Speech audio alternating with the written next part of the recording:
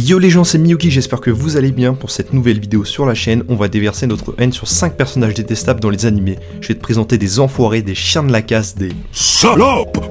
Des personnages donc détestables, mais pas forcément des antagonistes. Il y aura des personnages que t'as envie d'insulter juste pour les actions qu'il ou elle a fait. Sans plus attendre, commençons avec le premier personnage. On commence fort avec le mec dont toutes les meufs bandent dessus en ayant vu la saison 1 de Tokyo Revenger, Mikey. Bon, déjà que vous êtes ultra teubé à nous sortir qu'il poutre Sanji en 1v1, vous aimez un personnage qui a des pulsions sombres, tous les personnages importants meurent à cause de lui, on ne t'oubliera pas Baji. Le mec s'en bat les couilles, t'as l'impression il veut que la bagarre. Puis t'as l'autre bouffon qui veut le sauver. Comment ça tu veux sauver un dépressif qui veut que se battre? Sauve déjà ta meuf, après on en reparlera Takemichi. Allez c'est bon, j'en ai marre, on va spoil un peu, avancer jusqu'au timecode indiqué si vous avez pas lu les scans. C'est bon, on va pouvoir parler d'autre chose qui fâche. Ce bouffon est responsable de la mort de Draken. Non, en fait, il est responsable de toutes les morts du manga. Il continue de vouloir se battre et dans la bataille finale, il va tuer Takemichi. Même si Happy Ending, tu connais, ils remontent tous les deux le temps, il n'y a plus de méchants, Kazutora, Kisaki, Teiju, ils sont gentils eux maintenant. D'ailleurs, on te remerciera pas Wakui d'avoir détruit ton manga. Enfin bref, Mikey, sale dépressif qui boit de la Monster, tu vas dehors. Sur le shelf des personnages détestables, je lui mets un bon 7 sur 10. Passons au prochain personnage. Elle a vraiment sa place dans la vidéo parce que j'ai rarement eu autant envie d'insulter un personnage féminin. Au passage, regarde Classroom of the Elite, si c'est pas fait, ça vaut le détour. Bon, pour commencer saison 1, elle piège Ayano Koji en le faisant toucher sa poitrine, et vu qu'il y a son empreinte sur l'uniforme, ça suffit pour le faire renvoyer. Déjà là, tu te dis, toi cousine, on va te retrouver, on va te démarrer. Mais ça s'arrête pas là. Pendant toute la saison, on n'est pas à l'aise parce qu'on sait qu'à tout moment, elle peut tout faire péter. Saison 2, elle était bien partie parce qu'elle avait fait alliance avec la classe C. Elle va tout tenter, mais heureusement, elle va flop, elle va se faire avoir par Ayano Koji et Ryuen. Elle pensait avoir conclu un accord avec ce dernier pour avoir la réponse des examens. C'est perdu pour elle, en plus, Ayano Koji a lavé l'uniforme. Big flop pour elle et c'est mérité. 8 sur 10 pour elle, c'est une putain de sorcière.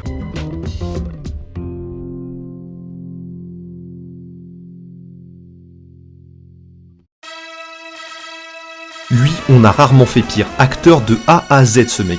Cet enfoiré a carrément été jusqu'à se faire ébouillanter avec les fourreaux rouges qu'il allait trahir par la suite. Kinemon nous le présente comme son sauveur à Dressrosa, déjà que le ref il est moche, il sait pas dessiner alors que c'est l'essence même de son fruit du démon. Et bah non, on apprend que vu que c'est lui le traître, il faisait exprès de dessiner de sa mauvaise main pour nuire à ses alliés. Donc ce clown nous a mené en bourrique depuis Dressrosa, à tenter de trahir Kinemon sur Zou quand il monte sur Zuneja, et à Wano avant la bataille il le fait vraiment. Il est responsable de la mort d'Onen puisque c'est lui qui dévoile à Roshi et Kaido qu'il va venir avec les fourreaux rouges venir l'attaquer. Il rapporte bien évidemment à Roshi toutes les infos qu'il entend lorsque les Mugiwara se sont infiltrés à Wano. Le pire avec cet enfoiré, c'est qu'il veut jamais mourir. Tout le monde l'a défoncé, mais à chaque fois il revient, j'en ai marre. Son palmarès se fait défoncer par Kiku, il piège les fourreaux rouges en se faisant passer pour Oden. D'ailleurs, ceux qui ont cru au retour d'Oden, on n'est pas dans Toupis, bande de fous.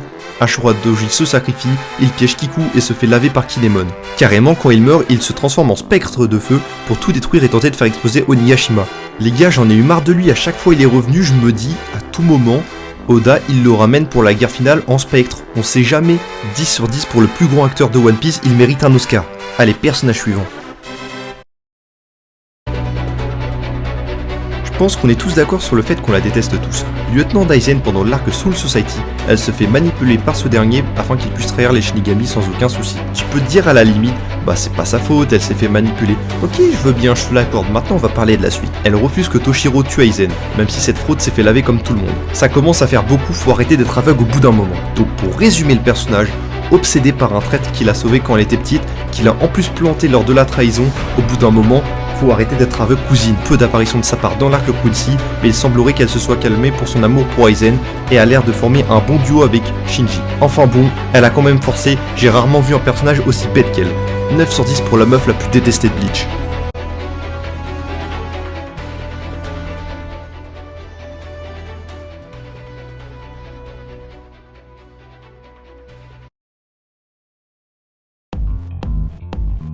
Je vais parler des scans pour Makima, donc allez jusqu'au timecode indiqué si vous êtes Anime Only.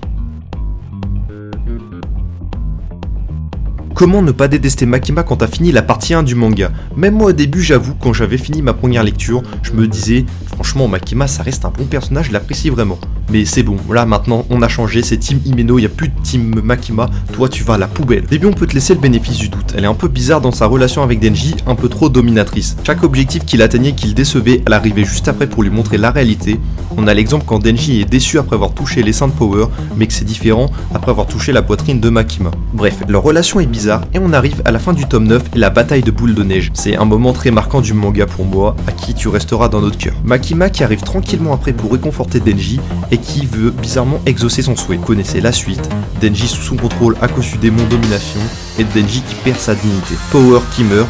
Non, je vais pas remettre l'image parce que ça fait vraiment mal. Denji qui est réduit à un rôle de chien. Si t'as pas envie de l'insulter après tout ça, c'est que toi-même t'es un Togo, je vois pas d'autre solution possible. 20 sur 10 pour Makima, elle n'avait même pas à faire l'actrice, c'était trop facile pour elle d'obtenir ce qu'elle veut. C'est donc la fin de la vidéo, j'ai bien craché mon venin mais il fallait dire les termes. J'espère que vous avez apprécié la vidéo, dites-moi en commentaire si vous êtes intéressé par une partie 2, n'hésitez pas à partager et à liker si vous avez aimé, et c'était MC Miyuki pour vous servir.